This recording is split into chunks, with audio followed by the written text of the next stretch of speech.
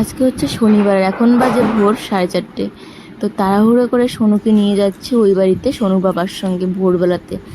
তো হঠাৎ করে ব্লগটা শুরু করে দিলাম, নাহলে তোমাদের সাথে শেয়ার করা হতোই না। তো দেখতে পাচ্ছ এখানে বাবা, মা, মামা আর আমাদের একটা হচ্ছে প্রভু, মানে একটা দাদু যাচ্ছে।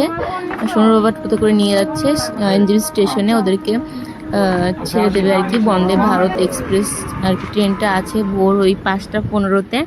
তো সেটাতে করে যাবে গয়াতে।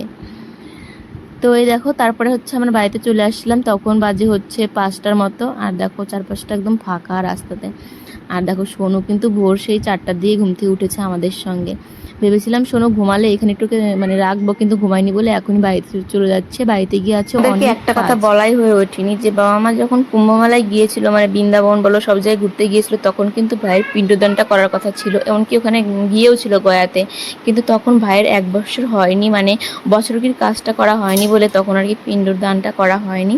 চলে এসেছিলো বাড়িতে। আর ওখান থেকে বলেছিল যে মানে বছর কি কাজটা সম্পূর্ণ হবে, আর এছাড়া পুরো আমাবস্যাই লাগবে ভাইয়ের পিণ্ডদানটা করতে। এর জন্য তখন চলে আসে। আর এখন এই যে আজ আবার যাচ্ছে, মানে আজকে হচ্ছে বেরিয়েছে শনিবারের দিন সকাল, মানে ভোরবেলার দিকে, আর ওখানে পৌঁছাবে শনিবার দুপুরের দিকে, আর কাজটা করবে হচ্ছে রবিবারে।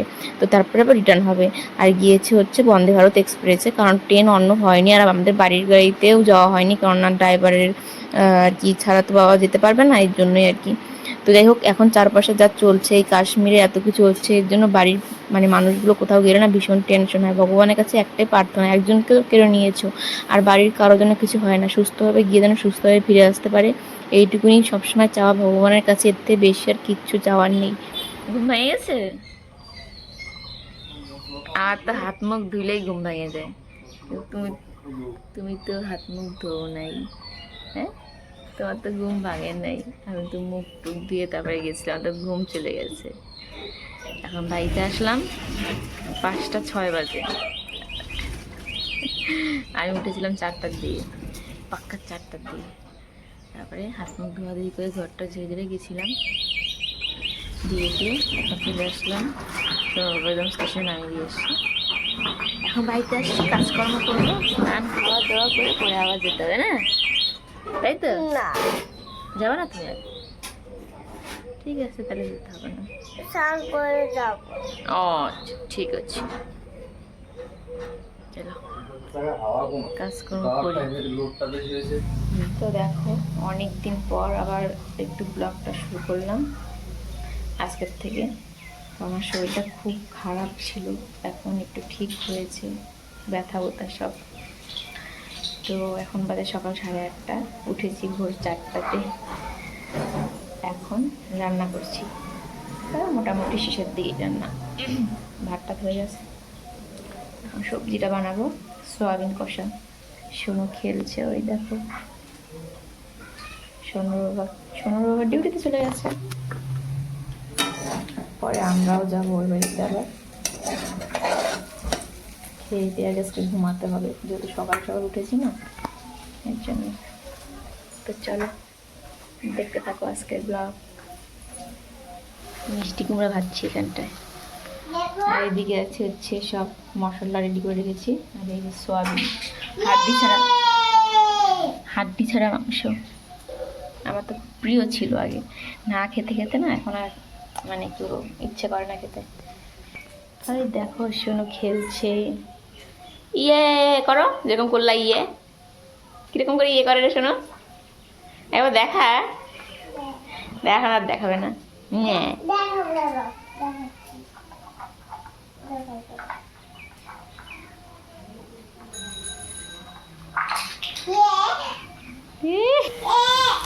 তো দেখো এদিকে আমার মিষ্টি কুমড়া ভাজা হয়ে গেছে। আমরা সকালবেলা খেয়েছিলাম হচ্ছে রুটি, আর পনিরের সবজি ছিল কালকে, ওটা গরম করে খেয়েছি। সারাদিনটা কীভাবে কেটে গেল বুঝতেই পারলাম না, আসলে অনেক সকালে ঘুম থেকে উঠেছিলাম, তো কাজ বাজ শেষ করে তারপরে খেয়েটে ঘুমিয়েছিলাম সোনুকে নিয়ে। তারপরে উঠে আবার কাজ বাজ করলাম, আর এখন হচ্ছে 6টা বাজে, বিকেল সন্ধ্যা দুটোই আর কি, 6টা বেজে গেছে। রাত্রের খাওয়া দাওয়া একদম তৈরি করে নিয়ে এখন যাচ্ছি সোনুকে নিয়ে বাবার বাড়িতে। আর দুপুরবেলা সোনুর বাবা খাবার নিয়ে গেছিলো বোনের জন্য, মানে সকালে নিয়ে গেছিলো, সকালে দুপুরে খেয়েছে। আর এখন আমি রুটি ভাজলাম, এখন নিয়ে যাচ্ছি। তো চলো ওই বাড়িতে যাই। প্রচণ্ড গরম আমাদের এখানে, মানে এত গরম সে বলার বাইরে। এখন যাচ্ছি ওই বাড়িতে। যে মুখে এসে আর পচা পচা চাউমিন নিয়ে এসছে শোনো, সেই পাজি না লবণ আছে না কিছু আছে। তুই তো পেট ভরে মোমো খেয়ে আসছিস না? অল্প চারটা ওইটা অনেক কি জিনিস। কয়টা মোমো দিছে তোকে? কয়টা? এই মিথ্যা কথা।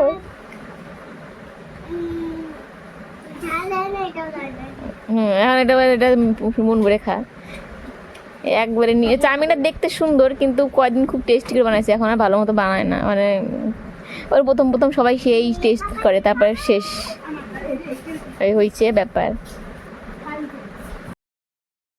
তো দেখো এখন বাজে হচ্ছে রাত 8টা, যেহেতু শনিবার এর জন্য দোকান বন্ধ সকাল সকালেই, মানে তাড়াতাড়ি। আর এখন আমরা 3জন এখানে বসে আছি। সোনুর বাবা গেছে একটু কাজে, তারপরে এসে খাওয়া দাওয়া করে ঘুম। আমরা তো অনেক ঘুমাইছি, তোর বাবা একটুকু ঘুমায় নাই, সে 4টার দিকে উঠছে।